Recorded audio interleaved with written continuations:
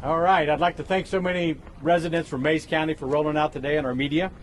Got a few prepared remarks, and then I'd be happy to answer questions. Rogers County. Rogers County and Mayes County. I'm sorry, I saw Mayes County folks. Is the mic on? Everything good? Yeah, they're just media mics. You're gonna have to yell. All right. Yeah, I'm gonna yell for you guys. Today, I filed a petition in Rogers County District Court to block the proposed heavy industrial aluminum smelting complex in Inola.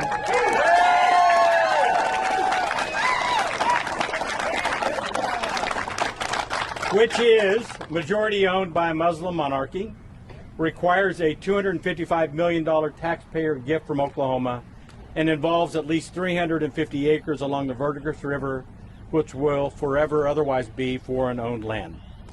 The proposed facility, the Oklahoma Primary Aluminum, would be the largest primary aluminum production plant ever constructed in the United States. Behind the project are two private ventures, one of which is owned by the government of an Islamic foreign monarchy, the Emirates Global Aluminum, which is a state-owned enterprise of the United Arab Emirates, holds a 60% controlling interest in the project. That means the controlling hand behind the largest smelter ever proposed on American soil belongs not to Oklahomans, not to Americans, but to a foreign sovereign more than 7,000 miles away. Primary aluminum smelting is extremely hazardous. It consumes significant amounts of electricity, as much as many cities in Oklahoma consume, as well as water, and it is one of the most polluting heavy industrial activities that exists. The process also wreaks havoc on cattle, threatening Oklahoma's single largest agricultural sector. The project is propelled by an extraordinary infusion of public money. Last year, the United States Department of Energy selected Century Aluminum, which holds a 40% interest in the project, for a grant of up to $500 million to underwrite the smelter's construction. The state of Oklahoma has added its own subsidies, including at least a $255 million incentive package. Today's petition to block the Inola smelter is a measure to protect Oklahomans, our air, our land, and our water. The smelter would occupy about 350 acres along the Verdigris River, just 3 miles from schools, homes, and farms. The emissions do not respect property lines. Winds could carry pollutants into the surrounding northeastern communities, to include Broken Arrow and Tulsa. An aluminum smelter does not belong in the backyard of an Oklahoma community, and I intend to stop it.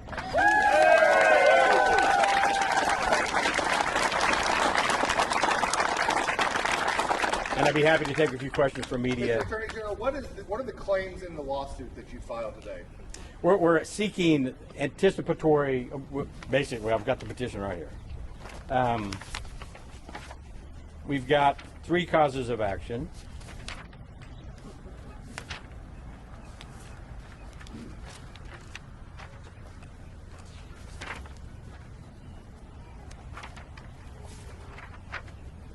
Complete with some pictures. Count 1 is anticipatory public nuisance under Title 50, Sections 1 and 8. And count 2 is a threatened pollution under the Oklahoma Environmental Quality Code, pleaded in the alternative under Title 27A, Section 2-6-105. And the prayer for relief seeks temporary, preliminary, and permanent injunction restraining the construction and the operation of the smelter in and around Inola, an order of abatement of anticipated public nuisance, and the grant for any other relief that the court would determine appropriate. Mr. Attorney General, yes. This project is something that the Oklahoma political and business establishment since last year has championed. Why come out against it now? The original application was filed February 9th, and it had a lot of information, but it was not completed until May 19th.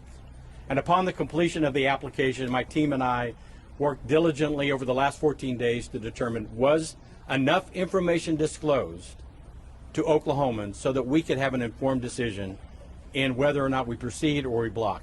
And the problem with the application is it totally ignores many important elements that we have to get answers to before this Attorney General will permit it to go forward.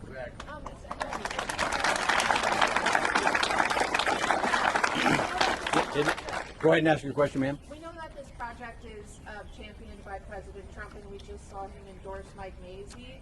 Do you have any concerns about that, or what do you think? No, I mean, I've been a supporter of President Trump and his agenda since before he even ran. So that has no bearing on any type of endorsement. The timing, May 19th, that's the index date. I've met with many residents of Rogers County and of Mays County that have profound concerns about this, beginning back in March and April and May. And now, with the final completion of the application, we have all of the information they intend to provide us, and that is insufficient. So hasn't the, Yes, Randy. hasn't DEQ already signed off on this? The only thing that they've looked at is under the Clean Air Act. But under the Clean Air Act, anything greater than 10 tons per year is a major source. In the application of the smelter's application, it says it anticipates 425 tons of aluminum dispersed into the air per year. Aren't there also clean water Let me let this lady ask you a question. Aren't there also clean water treaties? Where are the tribal nations on this? And have you consulted with them? So the clean water issue, so to avoid complying with the Clean Water Act, it is in its application said it's going to use an existing wastewater disposal area. Now we know that it's producing, per its application, 51,888 gallons per minute. And so that will overwhelm any existing water treatment plant, and that's not a sufficient answer for me. So There was a question, part of yes. the petition included some of the problems that you've seen in other smeltering plants in other states. You know, how did that play a role in writing this petition, and what were your findings? So when we looked at, but the most recent one is the Holly plant in South Carolina. In March of 2025, just 1 year, 2 months ago, it was fined $361,500 for exceeding pollution limits.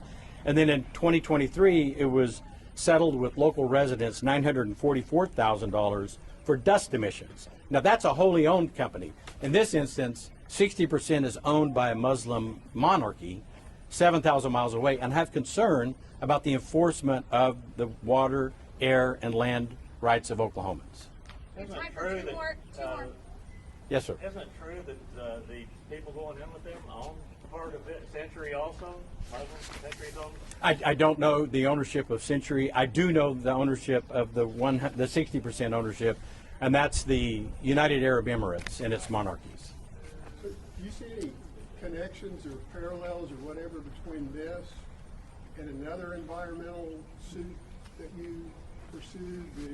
No, I see Sherry no, lawsuit? Randy, I see no connection. I take each battle as it presents it. What you have is an attorney general who puts Oklahomans first. I care.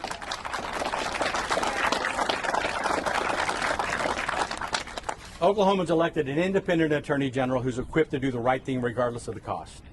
And I put your future, our future, primary over any profit that any foreign-owned entity could make. So we have to protect Oklahomans first. And if through this process they illustrate that they can take care of the air and not disperse 455 tons of fluoride across Rogers County, Mays County, Tulsa County, if they can show that they can treat the water and not ruin the Verdigris River, which provides a primary source of drinking water for the communities around it, to include Broken Arrow, and if it can satisfy me of the sludge, the pot liner refuge, which is packed with cyanide and other heavy metals, what are they going to do with it?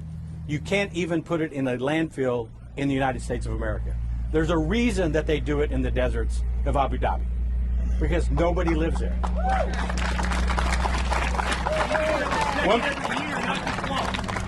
One more question and then we'll... How confident are you in the timeline of this legal challenge then? Well, folks, this is why you need to elect me governor. Because I will take this case from the Attorney General and transfer it into the governor's office, because other elected officials will not have my appetite for risk and challenge. And I promise you here, if elected, this case will be transferred to the governor's office so that we can continue it through to a logical conclusion and not be dismissed by somebody who might follow me. You guys are great. Thank you for being here. Stand by for more information. Love Oklahoma.